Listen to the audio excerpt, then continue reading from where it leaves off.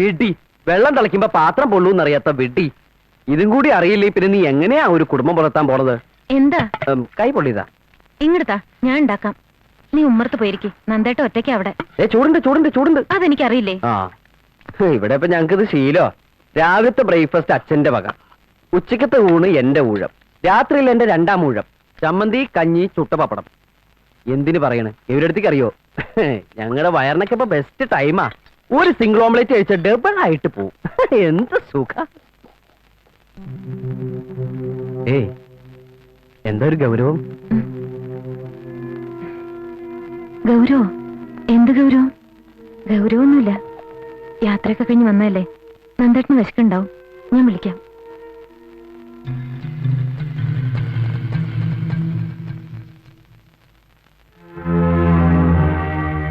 നന്ദേട്ട, ഊണ് കാലായിരിക്കണം. അച്ഛനും വേണു വെയിറ്റ് ചെയ്യണം നമ്മളെ. ഒക്കെ പറഞ്ഞു വെച്ചിട്ടുണ്ടാവും എന്റെ അനിയനോടല്ലേ? നന്ദേട്ടൻ എന്റെ ഭർത്താവുന്നതിന് മുമ്പ് വേണു എന്റെ അനിയനാ. എങ്ങനെ പറയാന്നുണ്ട്, എങ്ങനെ പറയാതിരിക്കാന്നുണ്ട്. എന്താ വേണ്ടെന്നറിയാതെ നട്ടും തിരിയാ നന്ദേട്ടാ ഞാൻ. വരൂ.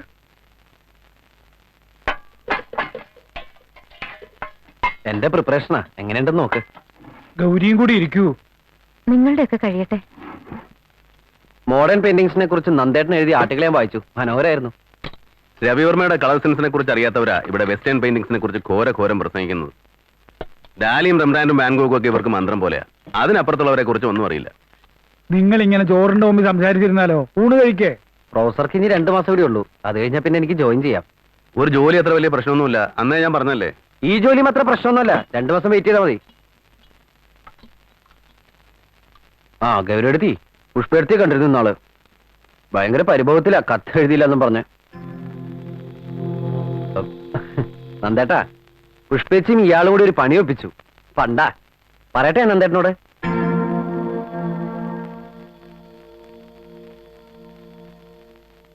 രണ്ടാഴ്ച കൊണ്ട് നന്ദേട്ടന്റെ അതേ സീരിയസ്നെസ് കിട്ടിയിട്ടുണ്ട് ഗൗരിയടത്തേക്ക്. ഇതെങ്ങനെ ഒപ്പിച്ചെടുത്തു?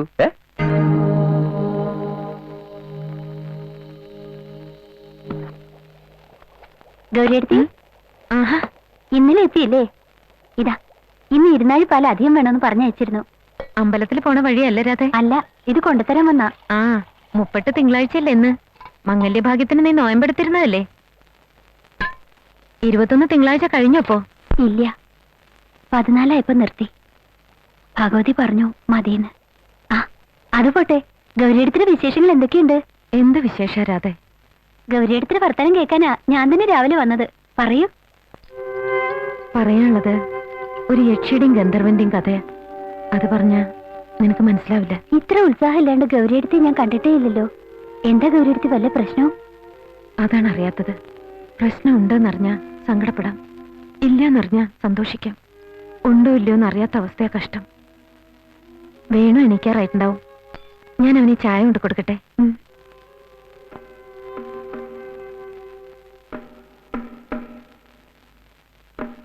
വേണു, വേണു, എണീക്ക്.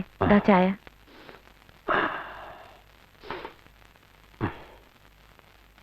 ഗൗരിയടുത്തി, ഇന്നലെ വന്നപ്പോ മുതലേ ശ്രദ്ധിക്ക. ഗൗരിയടുത്തി ആകെ മാറിയിട്ടുണ്ട്. ചോദിക്കാതിരിക്കാൻ പറ്റണില്ല.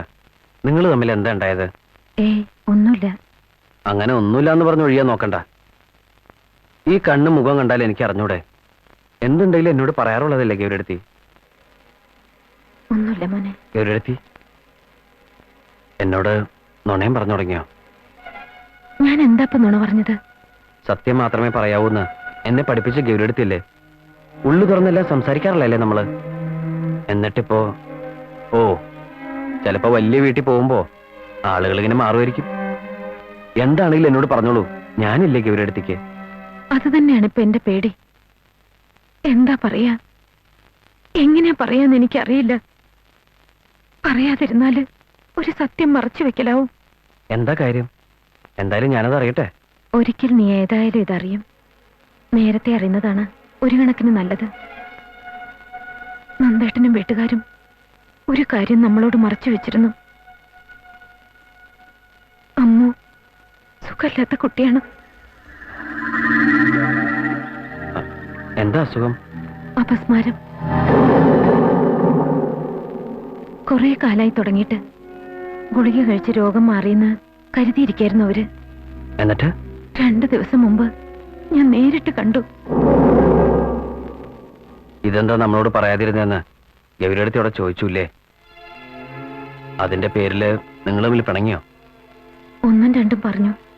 അമ്മൂന്റെ കല്യാണം നടക്കുന്നുള്ള വിശ്വാസത്തിന്റെ പേരിലാണ് നന്ദേട്ടൻ എന്നെ കല്യാണം കഴിച്ചെന്ന് വരെ പറഞ്ഞു. അതിന്റെ അർത്ഥം? അർത്ഥം ഊഹിക്കാൻ നോക്കിയിട്ട് എനിക്ക് ഒരു ഉത്തരല്ല മോനെ കിട്ടുന്നത്, പല ഉത്തരങ്ങളാ. ഇപ്പൊ നീ ഒന്നും പറയണ്ട, സാവധാനം ആലോചിക്ക്. എന്നിട്ട് എനിക്കൊരു കത്തെഴുതിയിട്.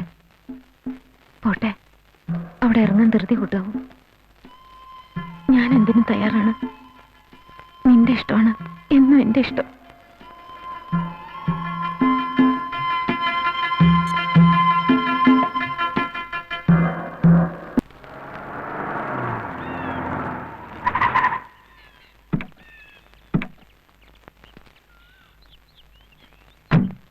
നേരം വൈകിയില്ലേ മീറ്റിങ്ങിന് പോണെന്ന് പറഞ്ഞിട്ട്?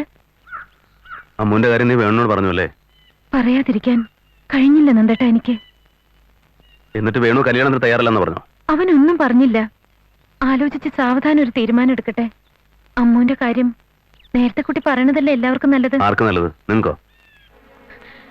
ചെയ്തത് തെറ്റാണെന്ന് വെച്ചാൽ നന്ദേട്ടന് തോന്നുന്ന ഏത് ശിക്ഷ എനിക്ക് തരാം. ഒന്നുകിൽ തിരിച്ചെന്നെ വീട്ടിൽ കൊണ്ടു ചെന്നാക്കാം, അല്ലെങ്കിൽ എന്റെ ധർമ്മസങ്കടം ആരും എന്താ മനസ്സിലാക്കാത്ത?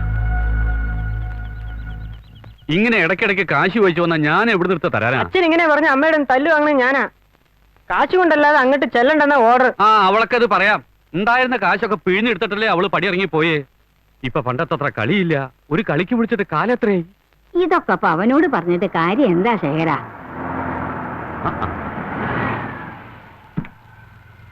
2 ദിവസം കഴിഞ്ഞേ വരുള്ളൂ പറഞ്ഞിട്ട് നേരത്തെ ഇങ്ങോട്ട് പോന്നു. എന്താ കുട്ടി ഒരു വല്ലായ്മ? സുഖമില്ലാന്നുണ്ടോ? ഏയ് ഒന്നുമില്ല. വിശേഷങ്ങളൊക്കെ അനിയനോട് പറഞ്ഞ് പറഞ്ഞ് ഉറങ്ങാൻ നേരം ഉണ്ടായിട്ടുണ്ടാവില്ല. നന്ദം പോയതുകൊണ്ട് ഉറക്കം വരില്ല എന്ന് പറഞ്ഞു അമ്മു. ആ ഗൗരി, ദേ ശേഖരന്റെ കുട്ടിയാ. അണിയറയിലെ ദുഃഖം എന്നൊക്കെ പറയാറില്ലേ, അത് തന്നെയാ. ഉപേക്ഷിച്ചതാ. 2 മനസ്സുമായിട്ട് ഒരു കൂരയ്ക്ക് കീഴിൽ കഴിയുന്നതിനേക്കാൾ നല്ലത് പിരി തന്നെയാ.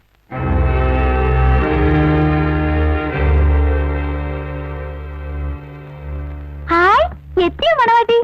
അടിപൊളിയായിരുന്നോ യാത്രയൊക്കെ? ആ പിന്നെ ഈ നാത്തൂൻ എന്താ കൊണ്ടുവന്നിരിക്കണേ? മോൾക്ക് നല്ലൊരു സമ്മാനം വീട്ടിൽ പറഞ്ഞു വെച്ചിട്ട് എടുത്ത് വന്നിരിക്കണേ.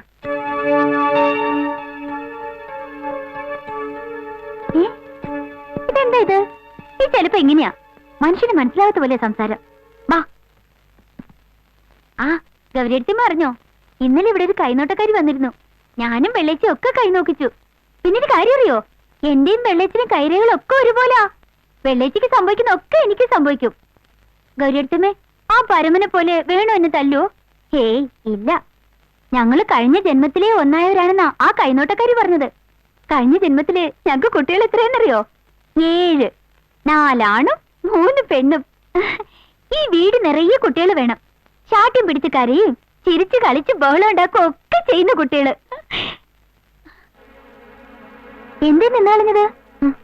ഏയ് ഒന്നുമില്ല. ആ വേറൊരു കൂട്ടുകൊണ്ട് കാണിക്കാൻ വാ. ആ ദേ നോക്കി. എങ്ങനെയുണ്ട്? ആൽബം നോക്കി വരച്ചതാ. ആ ഇല്ല, ഇത് എന്റെയാ. ഞാൻ ആർക്കും തരൂല.